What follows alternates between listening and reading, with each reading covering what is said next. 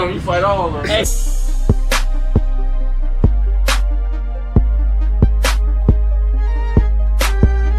What's cracking, G? It's your boy Cooper. You already know my channel about love, life, and loyalty. And I got a little information piece, a little informative piece for y'all today. So I hope y'all enjoy it. Like, comment, subscribe. They ain't let the GDs through the door, but they let Broner in. Damn, they got them GDs out there, boy. Nigga, I'm finna go spend 100,000 on nothing, nigga. Out of the Atlanta area, several agencies now involved in the investigation into the death of an Atlanta rapper after police say he died while running from officers. Take a look here.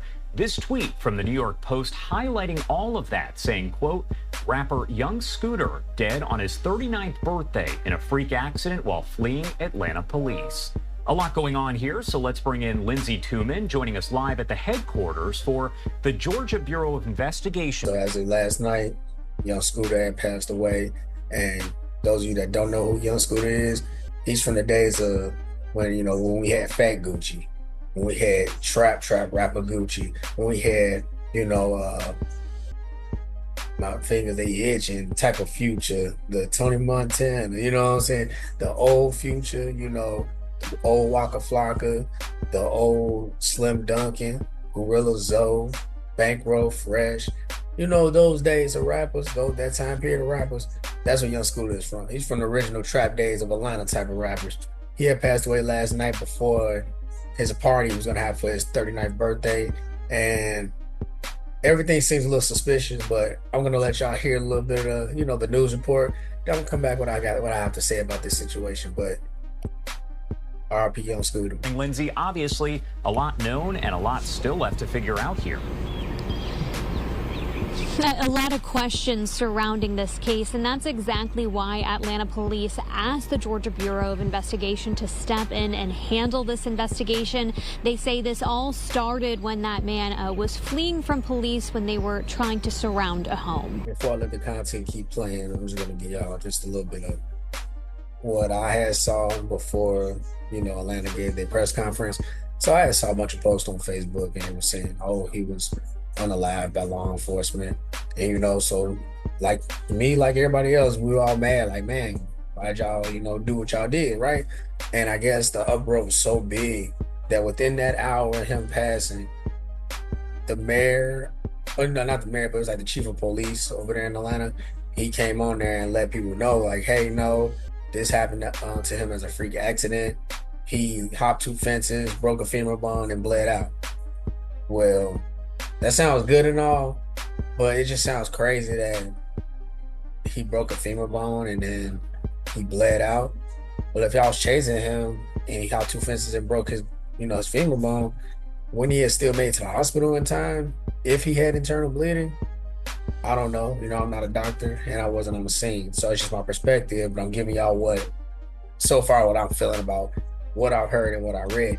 But anyway, so before we get back to this, I just want to let y'all know, online, you had a bunch of people saying that, hey, the law enforcement took him out, and then you got a lot of people with, you got people from the news saying, hey, no, he broke his femur bone. Then you got online people saying like, oh, the fence impaled his leg and cut an artery.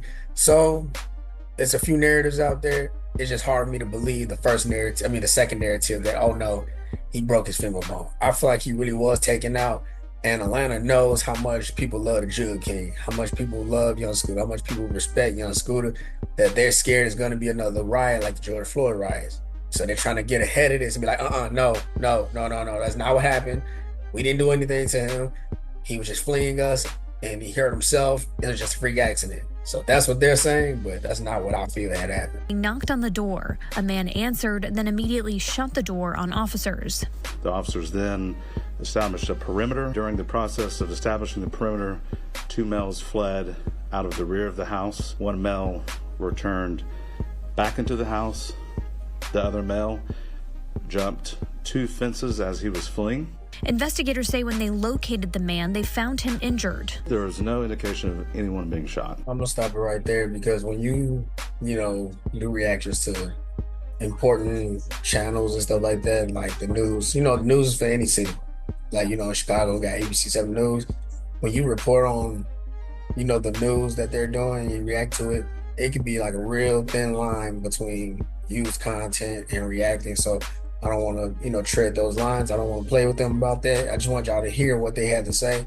So they're claiming, he had took off running when, 12 showed up trying to investigate a woman it was reported that a woman was forced back into a house. So the cops were called, and they was already called because there was shots fired, but they had got additional information saying, hey, there was a woman yelling and she was forced into a home. So they came to the home that was reported. They said when they knocked on the door, a guy answered, slammed the door on them, and then once they secured the perimeter, 2 men took off running. Now they said the other guy came back. Well, the other guy, which was young Scooter, he hopped 2 fences and broke his femur, and they found him like that. So they're saying that they did not, unalive that man. He had a freak accident and stuff like that. A freak accident is literally anything that happens in Final Destination. If y'all ever seen that movie, all those situations where it's just a force of nature, that's what you call a freak accident. So they're saying that nobody unalived him. It was just the casualty of what was going on, him running away from the law enforcement instead of surrendering to questioning at the scene of the crime, or if there was a crime, because it's all alleged. But anyway, you got a lot of people from Atlanta that was online saying, nah, they took him out. But we won't know until they get private investigators. A situation like this, the family needs to hire a private investigator, a private, why am I forgetting the coroner. Instead of using the city's coroner, the county's coroner, no, you hire your own private coroner, and then they'll check the body out, the medical examiner check the body out and be like, hey, this is what I found could have been the cause of death. Compare with the notes of the city or the state's coroner's notes of what happened to this person. But we're gonna just stop it right there. I'll come back with more information once I have it. And I promise y'all, well, I don't promise y'all, but I feel all in my heart, the way that young Scooter is respected in Atlanta, we're gonna have answers by today. We're going to have answers. This is not gonna be something that's just gonna be swept under the rug, because the people of Georgia, the people of Atlanta, is not going to let this rest until there's actually solidified proof that this man wasn't taken away from the community by the hands of law enforcement. But hey, man, I appreciate y'all checking in. It's your boy Cooper, my channel about love, life, and loyalty. And some of my homies say knowledge, wisdom, understanding. I catch y'all on the next one. Who the fuck is this? My end, kill a nigga playing both sides. I'm locked in, so you know that the rope tied.